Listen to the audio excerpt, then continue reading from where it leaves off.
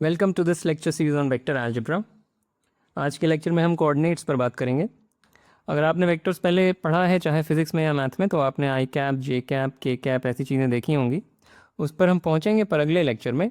आज के लेक्चर में हम उससे एक स्टेप पहले की बात करेंगे और छोटी सी कुछ बातें रिकॉल कर लेते हैं।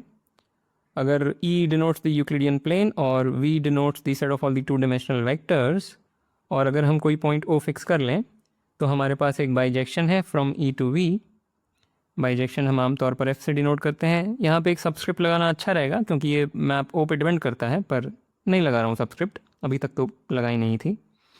तो ये मैप क्या था? ये मैप है P going to the position vector of P। कोई भी पॉइंट P हमने यूक्लिडियन प्लेन में लिया और आउटपुट किया उसका position vector with respect to the point O। तो हम जानते हैं कि ये एक बाइजेक्शन है और इसकी मदद से हम वेक्टर्स को पॉइंट्स की तरीके से सोच सकते हैं। और ये जो बाइजेक्शन है ये बहुत ही अच्छा बाइजेक्शन है इस अर्थ में कि सबसे पहले तो वेक्टर्स पॉइंट्स में बदल जाते हैं, तो उन्हें हम विजुलाइज कर सकते हैं। दूसरा, जो वेक्टर एडिशन है वो भी हम विजुलाइज कर सकते हैं जस्ट बाय मेकिंग पैरेललोग्राम्स। तो अगर P और Q दो पॉइंट्स हैं प्लेन में और FP और FQ फिर उनके आउटपुट्स हो गए, यानी पोजिशन वेक्टर्स हो गए with respect to the point O, तो इन वेक्टर्स को हम जोड़ सकते हैं। तो जोड़ने पर जो वेक्टर मिलता है, इन दोनों को जोड़ने पर जो वेक्टर मिलता है वो पैरेललोग्राम कंप्लीट करने पर जो पॉइंट मिलता है उसका पोजीशन वेक्टर होता है। तो ये एक बड़ी अच्छी बात है इस डिक्शनरी की। एडिशन को भी हम बड़ी आसानी से विजुलाइज कर सकते हैं और उसी तरीके से स्केलिंग को भी बड़ी आसानी से विजुलाइज कर सकते हैं। और एक और बात कि जो सबस्पेसेस हैं यहाँ पे, जो V की सबस्पेसेस हैं, तीन तरह की सबस्पेसेस होती हैं। एक टाइप 0 सबस्पेस जिसमें केवल 0 वेक्टर आता है, वो करस्पॉन्ड कर रहा है पॉइंट O के, so this just becomes the point O। जो टाइप 1 सबस्पेसेस हैं, जो टाइप 1 सबस्पेसेस हैं वो लाइंस में बदल जाती हैं पासिंग थ्रू O। और जो पूरी की पूरी वेक्टर स्पेस नहीं बोलना चाहिए क्योंकि मैंने अभी तक ये शब्द का प्रयोग नहीं किया है, जो पूरा पूरा सेट V है वो पूरे यूक्लिडियन प्लेन में बदल जाएगा under this dictionary. So I hope this is clear. ये कई बार हम दोहरा चुके हैं। और एक चीज़ और देख लेते हैं, बेसिस। बेसिस का क्या मतलब होता है? Basis is just a linearly independent spanning set, not set, linearly independent spanning list. तो ये सेट नहीं है, ये एक लिस्ट है। लिस्ट इसलिए कह रहे हैं क्योंकि उसमें एक पहला वेक्टर होता है, एक दूसरा होता है, एक तीसरा होता है। सेट में तो कोई ऑर्डर नहीं होता चीज़ों में, पर जब हम बेसिस की बात करते हैं तो वो ऑर्डर्ड ही होती है। उसका एक कारण है, आज शायद हम उस कारण पर आएंगे क्यों हम उसे ऑर्डर्ड बनाते हैं, बस उसका कुछ टेक्निकल कारण है। Okay, some problems for practice, and now let us get started. तो कोऑर्डिनेटाइजेशन ऑफ द प्लेन कहने का क्या मतलब है? तो V है set of all the two dimensional vectors और E है यूक्लिडियन प्लेन। अब क्या किया कि कोई एक बेसिस चूज कर ली, तो लेट स्क्रिप्ट B, इसको स्क्रिप्ट B बोलेंगे, फैंसी B या स्क्रिप्ट B बोल लीजिए। ये एक बेसिस है हमारे V की। और नोट, यहाँ पे मैंने कर्ली ब्रेसेस नहीं बनाए हैं क्योंकि बेसिस जैसे कि हमने रिकॉल किया ऑर्डर्ड होती है। तो this is the first vector in the basis and this is the second vector in the basis. ठीक है, तो हमने एक बेसिस पिक कर ली वेक्टर स्पेस V की। ये बात हमने रिकॉल नहीं करी कि बेसिस जो set of all the two dimensional vectors है उसकी कोई भी बेसिस पकड़ेंगे उसमें दो ही वेक्टर्स होंगे और वो लीनियरली इंडिपेंडेंट होंगे by definition of a basis. और कोई भी आप दो लीनियरली इंडिपेंडेंट वेक्टर्स पकड़ के उन्हें एक ऑर्डर में सजा दें तो वो एक बेसिस बना देगी। तो वो हमने देखा था बेसिस के बारे में कि this is a sort of a characterisation of a basis. Anyway, तो just pick a basis of the set of all the two dimensional vectors. और इसके बाद हम क्या कर सकते हैं, और हाँ, fix a point also, so let O be a point. क्या ये पॉइंट पे तो हम बाद में आ जाएंगे, ये अभी ज़रूरी नहीं है, ये बाद में। जैसे ही हमने ये बेसिस फिक्स करी of the set of all the two dimensional vectors, हमारे पास एक मैप आ जाएगा फ्रॉम R2। R2 का क्या मतलब होता है, एक बार हम पहले बात कर चुके हैं इस पर। R2 माने कि R cross R। So R2 is equal to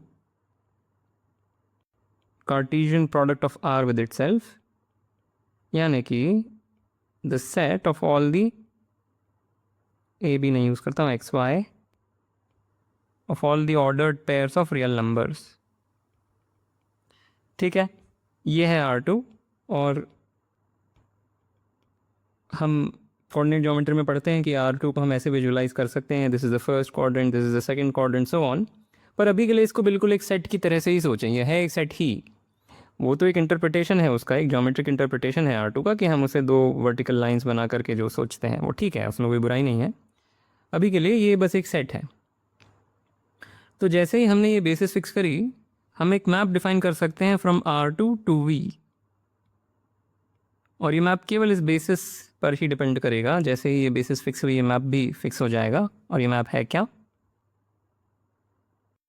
this is a map from R2 to V, जिसको हम नोटेट कर देंगे मे बी फाई सबस्क्रिप्ट में B, जस्ट एक नोटेशन।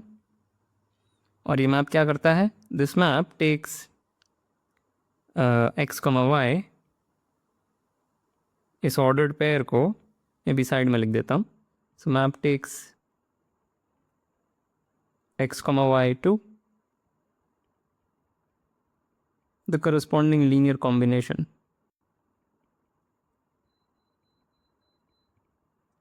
तो ये R2 का एक एलिमेंट है, ये जो ऑर्डर्ड पेयर है R2 का एक एलिमेंट है। बहुत कायदे से लिखना हो तो मुझे यहाँ पे भी ब्रैकेट बनाने चाहिए। फाई सब B, ये जो चीज़ है, ये एक मैप है फ्रॉम R2 टू V। तो फाई B में क्या इनपुट करा जाएगा? R2 के एलिमेंट्स। तो फाई B में अगर R2 के एलिमेंट्स भर रहे हैं तो फिर यहाँ पे एक और ब्रैकेट लगाना चाहिए हमें, पर ये कोई भी नहीं लगाता है क्योंकि वो दिखने में गंदा दिखता है।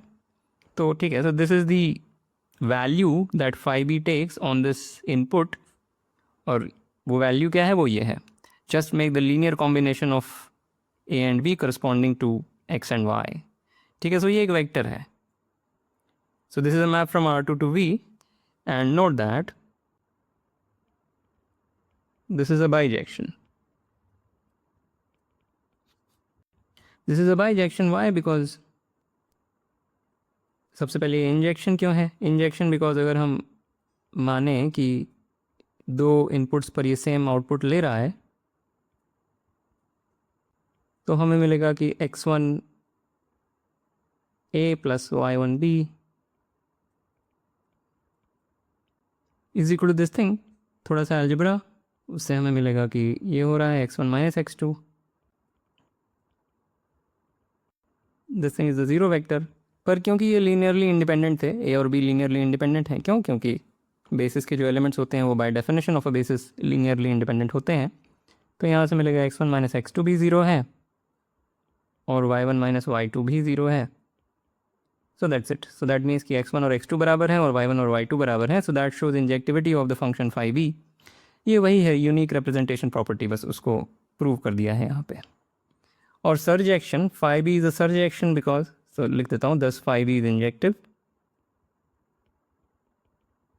and phi B is surjective because span of A and B is everything. What is the image of phi B? The image of phi B is precisely the span of A and B. This span is nothing but the image of phi B, जिसको range भी बोलते हैं, image को range भी बोलते हैं, मैं image बोलता हूँ। ठीक है, so image of phi B is precisely the span of A and B, पर span of A and B is the entire set of two-dimensional vectors because A and B were spanning. B was a basis, so A and B together span this guy. So this is a bijection. तो एक हमें dictionary मिली between R2 and V, पर ये dictionary depend कर रही है on this choice of basis. जैसे ही एक बेसिस चूज़ करी, ये डिक्शनरी क्रिएट हो जाएगी। ठीक है, एट द सेम टाइम अगर हम एक पॉइंट O चुन लें यूक्लिडियन प्लेन में, अगर यूक्लिडियन प्लेन में पॉइंट O चुन लें, तो ये तो हम बहुत पहले से जानते हैं कि वो भी एक डिक्शनरी क्रिएट करती है, पर वो डिक्शनरी होती है यूक्लिडियन प्लेन से the set of all the two dimensional vectors. और इसको हम F सब O लिखेंगे इस बार। O पे डिपेंड करता है ना ये मैप, राइट? और या ठीक है, सो ये भी एक डिक्शनरी है। And just to be very clear, मैं लिख ही देता हूँ कि एफ ओ कर क्या रहा है? F O of P is just the position vector and we know F O is a bijection. ठीक है, ये हो गया। और क्योंकि ये भी बाइजेक्शन है और ये भी बाइजेक्शन है, that will give us a bijection from R2 to E, so that creates this map. और ये मैप है क्या? ये मैप है ये कॉम्पोजिशन। फाइव भी अप्लाई किया और फिर इन्वर्स करके यहाँ आ गए। बेसिकली हम R2 से E पर जाना था हमें, 5B की मदद से हम V पर आ गए, पर V से E पर कैसे जाएं? क्योंकि ये मैप बाइजेक्शन था तो इसका इन्वर्स भी एग्जिस्ट करता है, उसके इन्वर्स को ही ऐसे डिनोट करते हैं, तो उसका इन्वर्स यूज़ करके हम E पर आ गए और ये वो फिर मैप क्रिएट हो गया। ठीक है, तो ये भी एक बाइजेक्शन है, क्योंकि दो बाइजेक्शंस को कंपोज किया है तो ये भी एक बाइजेक्शन है। तो ये एक डिक्शनरी हो गई बिटवीन R2 एंड E, पर ये डिक्शनरी दो चीज़ों पर डिपेंड कर रही है, एक तो बेसिस पर, दूसरा इस पॉइंट O पर। और अब ये कोऑर्डिनेटाइज हो गया, so this coordinatizes the plane, this map coordinatizes the plane, the Euclidean plane। तो कोई यूनिक कोऑर्डिनेटाइजेशन नहीं है, एक बेसिस चूज करनी पड़ेगी और एक पॉइंट चूज करना पड़ेगा, तब एक कोऑर्डिनेटाइजेशन आ जाएगा। कोई यूनिक नहीं है वो, बहुत सारे हैं कोऑर्डिनेटाइजेशंस। कोऑर्डिनेटाइजेशन इसको हम बोल क्यों रहे हैं, तो थोड़ा उसको विजुअलाइज करते हैं। क्या करेंगे, पॉइंट O यहाँ पर कहीं पर बना लिया, ये पॉइंट O है, और ये जो वेक्टर A है, this corresponds to a point in E, so let's say A maps to E, so say f of O, sorry, f sub O of A is the A vector and f sub O of B is B vector। ठीक है, तो अब क्या होगा, A vector, A point A यहाँ पे कहीं है और पॉइंट B फिर कहीं और होगा। कहने का मतलब पॉइंट B इस लाइन पे नहीं हो सकता, राइट? वो हमने देखा था कि कोलिनियरिटी, बेसिकली अगर हमारे पास कोई बेसिस है तो उसके करस्पॉन्डिंग जो पॉइंट्स होते हैं वो O के साथ मिलकर के एक कोलिनियर ट्रिपल नहीं बना सकते, वो हम आर्ग्यू कर चुके हैं। तो O A and B are not collinear, तो हम ये अगर लाइंस बनाएं, OA वाली लाइन बना लेते हैं और OB वाली लाइन बना लेते हैं, line passing through O and A and line passing through O and B, ये दोनों लाइंस हमने बना ली।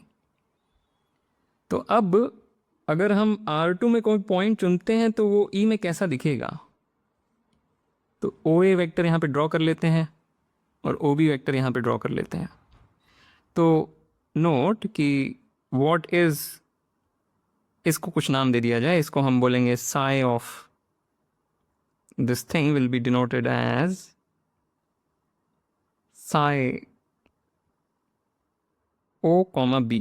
ये O और B पे डिपेंड करने वाला मैप है, तो इसका हम सबस्क्रिप्ट में O और B दोनों लिख रहे हैं। ठीक है, सो नोट कि साई ऑफ 1,0 ये क्या है, what is sigh of 1,0? Sigh of 1,0 निकालने के लिए पहले हमें ये अप्लाई करना है 1,0 पर और फिर वापस आना है। तो जब 1,0 पर 5B अप्लाई किया तो क्या मिला, A vector 1,0 becomes A vector under 5B, पर कौन सा पॉइंट है यहाँ पर जो A वेक्टर को मैप होता है, वही तो इनवर्स इमेज है A की अंडर FO।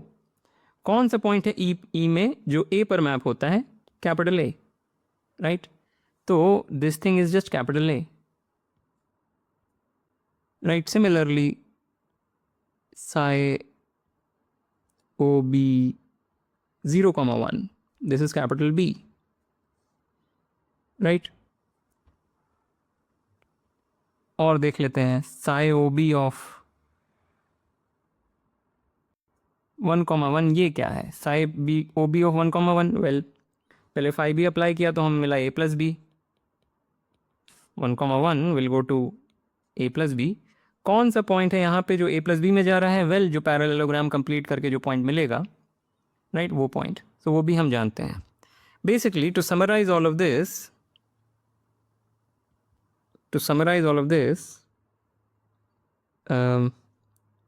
कहाँ पे लिखूँ, so here is the important observation, important observation is कि साई ओ बी ऐसे कोई नहीं लिखता, x1 plus x2 comma y1 plus y2, this is, sorry क्या लिख दिया ये, x1 y1 x2 y2,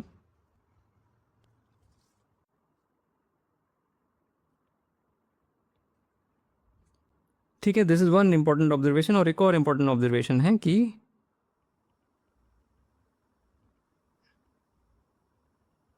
this is also true. So this is for all x1, y1, x2, y2, and this is for all alpha x and y, where alpha x and y are real numbers, of course. ठीक है, so ये दो important observations और इस पे आपको विचार करना है. So this is your very important exercise. All exercises are very important, but this is particularly important. ये एक बार इस पे एफर्ट डालेंगे तो जो सारी बातें यहाँ पे हुई सब क्लियर हो जाएगा कि चल क्या रहा है. तो पॉइंट इज कि ये जो कोऑर्डिनेटाइजेशन मैप है ये बहुत अच्छा मैप है, इसके बहुत नाइस प्रॉपर्टीज़ हैं, ठीक है. और कोऑर्डिनेटाइजेशन इसको क्यों बोल रहे हैं, क्योंकि अब हर point in the Euclidean plane is just a pair of real numbers under this identification, under this dictionary. कोई भी पॉइंट मुझे यूक्लिडियन प्लेन में दिया जाए that corresponds to a unique point here, यानी it corresponds to a unique pair of real numbers. तो किसी भी पॉइंट को अब एक पेयर ऑफ रियल नंबर्स की तरीके से सोचा जा सकता है. कोई भी पॉइंट ले लिया यूक्लिडियन प्लेन पे, वो एक पेयर ऑफ रियल नंबर्स की तरीके से अब सोचा जा सकता है, इसलिए इसको कोऑर्डिनेटाइजेशन बोल रहे हैं. कोऑर्डिनेट्स असाइन कर दे रहा है हर point on the Euclidean plane को. Okay, so some nice discussion, I hope this was clear. Okay, so let's proceed. तो जो काम हमने प्लेन में किया वही काम हम स्पेस में कर सकते हैं. तो इस बार v is the set of all the 3 dimensional vectors and e is the Euclidean space. और फिर वही इस बार हम जल्दी जल्दी सब कुछ करेंगे. सो हम क्या डिफाइन कर सकते हैं, pickup basis first of all.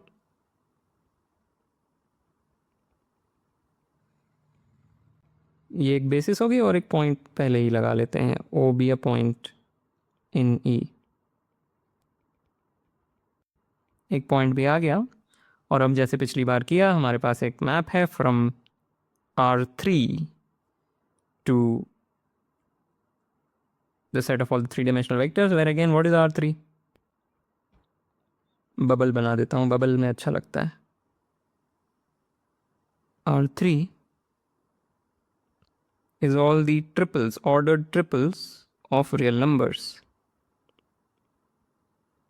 ठीक है, दैट इज R3. तो विजुलाइज हम R3 को यूजुअली ऐसे करते हैं, पर उसी पे ही आ रहे हैं. क्यों R3 को ऐसे विजुलाइज करते हैं, उसी पर हम आएंगे अगले लेक्चर में, एकदम उस पर आ जाएंगे. इस लेक्चर में भी जो हम कर रहे हैं वो R3 को विजुलाइज करने का ही एक तरीका है, या पिछले स्लाइड में जो किया वो R2 को विजुलाइज करने का एक तरीका है. ओके, सो ये मैप है. व्हाट इज़ दिस मैप, इसका नाम है फाई सब बी और डिस्क्रिप्शन है phi b of xyz is the corresponding linear combination. ठीक है, this is for all xyz and this is a bijection. So color consistent रखते हैं. So note this is a bijection.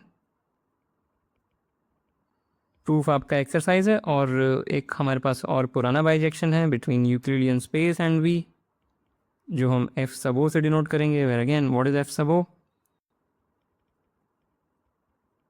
Usual जो अभी तक करते आए हैं. तो ये भी एक बाइजेक्शन है और ये एक बाइजेक्शन को जन्म दे रहा है जो कि R3 से E पर है, which is nothing but this composite, जिसको हम लिखेंगे Sai O, B, and now we have coordinatized the Euclidean space. ठीक है, एंड वही इंपॉर्टेंट ऑब्जर्वेशंस जो पिछली बार करी.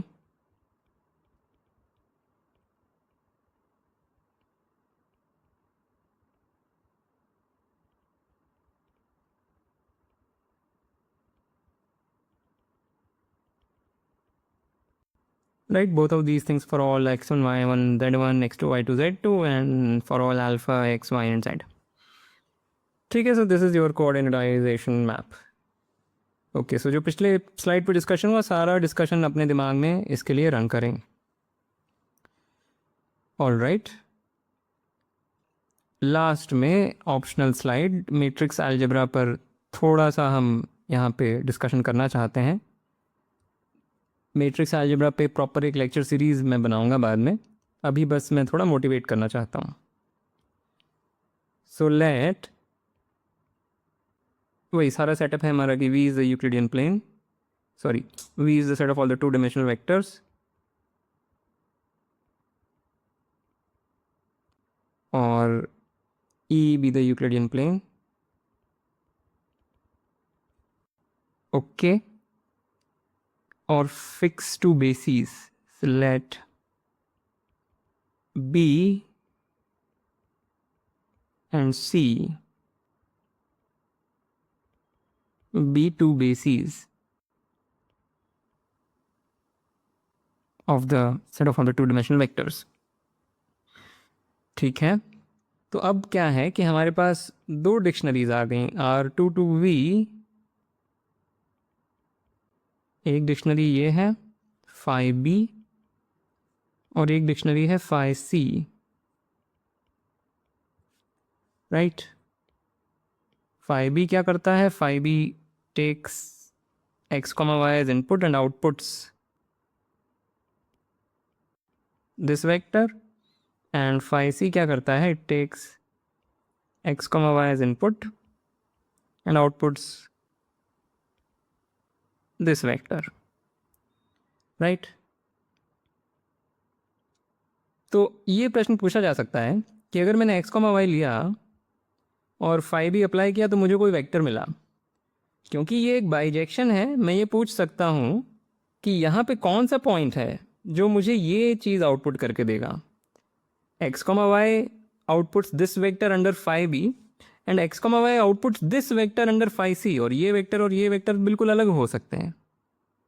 ऑल राइट, तो कौन सा पॉइंट यहाँ पर है जो ये आउटपुट देगा, इस तरह का हम प्रश्न पूछ रहे हैं कि इन दोनों डिक्शनरीज में क्या मीडिएशन है। तो एक बार के लिए क्या करें कि लेट्स से, अब मुझे नहीं पता कि जो मैं करने जा रहा हूँ उसमें मैप इस तरफ जाना आसान होगा या इस तरफ जाना आसान होगा, पर लेट्स से जो यू वेक्टर है, क्योंकि यू भी एक वेक्टर ही है और ए कॉमा भी एक बेसिस है, तो हम उसको ऐसे लिख सकते हैं alpha A plus beta B के फॉर्म में for some alpha and beta, और जो वी वेक्टर है उसे हम लिख सकते हैं delta A plus gamma B के फॉर्म में। ओके,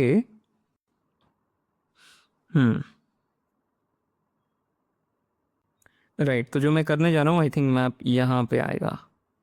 सो जो X A plus Y B है वो क्या बनेगा, so 10 X A plus Y B,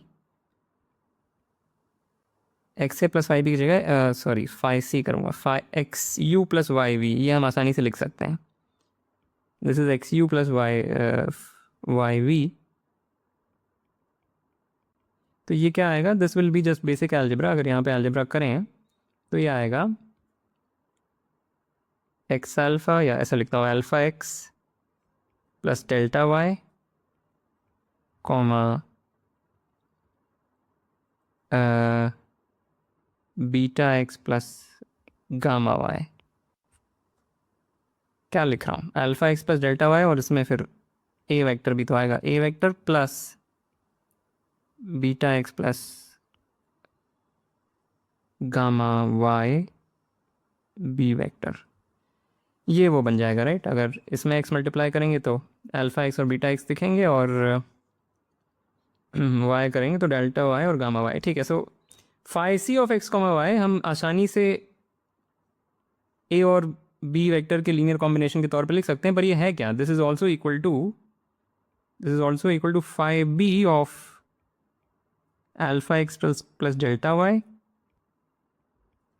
comma beta x plus gamma y, right. तो ये जो मैप है यहाँ पे, अगर मैं ये मैप डिफाइन कर दूँ, call it whatever you like, m लिखता हूँ बस। सो एम क्या करता है, m takes x comma y to this thing, ये अगर मैं मैप डिफाइन कर दूं तो m लगाओ और फिर फाई भी लगाओ, या डायरेक्टली फाई सी एक बार में लगा दो, एक ही बात है, राइट। m लगाया x कॉमा वाई पे, तो ये पेयर मिला रियल नंबर्स का, उसमें फाई भी लगाया, तो that is as good as x comma y पे डायरेक्टली फाई सी लगा दो, right. So I hope that is clear. So m is this mediating map. पर मैट्रिक्स, अगर यहाँ से मैट्रिक्स मोटिवेट हो रहा है कि अगर ये जो कोऑर्डिनेट पेयर्स हैं इनको हॉरिजॉन्टली ना लिख के वर्टिकली लिखें, तो क्या हो रहा है, m x कॉमा वाई को ले जा रहा है इस पेयर पे। कुछ नहीं किया है, बस ऑर्डर्ड पेयर्स को जब हम हॉरिजॉन्टली लिख सकते हैं तो वर्टिकली भी लिख सकते हैं। हॉरिजॉन्टली लिखने के बजाय अगर वर्टिकली लिखें तो m ऐसा दिखेगा, राइट। सो अगर मैट्रिक्स की भाषा में इसको सोचें, अगर मैट्रिक्स आपको मालूम है, नहीं मालूम है तो इग्नोर। यहाँ से मोटिवेट हो रहा है कि मैट्रिक्स मल्टीप्लिकेशन वैसा क्यों डिफाइन किया जाता है जैसा वो डिफाइन किया जाता है, right. Alpha delta beta gamma, alpha delta beta gamma, ये मैट्रिक्स एंट्रीज इस ट्रांसफॉर्मेशन से आ रही हैं। अब ट्रांसफॉर्मेशन शब्द का मैं प्रयोग कर रहा हूँ, उसको आप इग्नोर कर सकते हैं। सो ये जो मैट्रिक्स है वो इससे मल्टीप्लाई होके ये मैट्रिक्स में बदल जा रही है। Again this is all matrix algebra. अगर नहीं पढ़ा है मैट्रिक्स तो भूल जाइए, but this is how matrix multiplication is motivated, okay. So I just wanted to give a glimpse of matrix algebra. So जो मैट्रिक्स अलजेब्रा है वो वेक्टर अलजेब्रा का ही नेक्स्ट स्टेप है। मैट्रिसेस शायद हाई स्कूल लेवल पे बस अजीब सा कुछ पढ़ा दिया जाता है कि दो मैट्रिसेस ले लो, उसको ऐसे मल्टीप्लाई करते हैं, अजीब सा एक मैट्रिक्स मल्टीप्लिकेशन बता दिया जाता है। कोई वजह नहीं समझाई जाती कि वो जो मल्टीप्लिकेशन आया कहाँ से आया। मैंने भी बहुत विस्तार से पूरी डिटेल में नहीं बताया, पर फिर भी कुछ आइडिया लग रहा होगा कि कैसे वो मैट्रिक्स मल्टीप्लिकेशन उत्पन्न हुआ है, okay. So this is where I want to stop, and with that I want to end this lecture. As usual, like, comment, share, subscribe, and I will see you next time.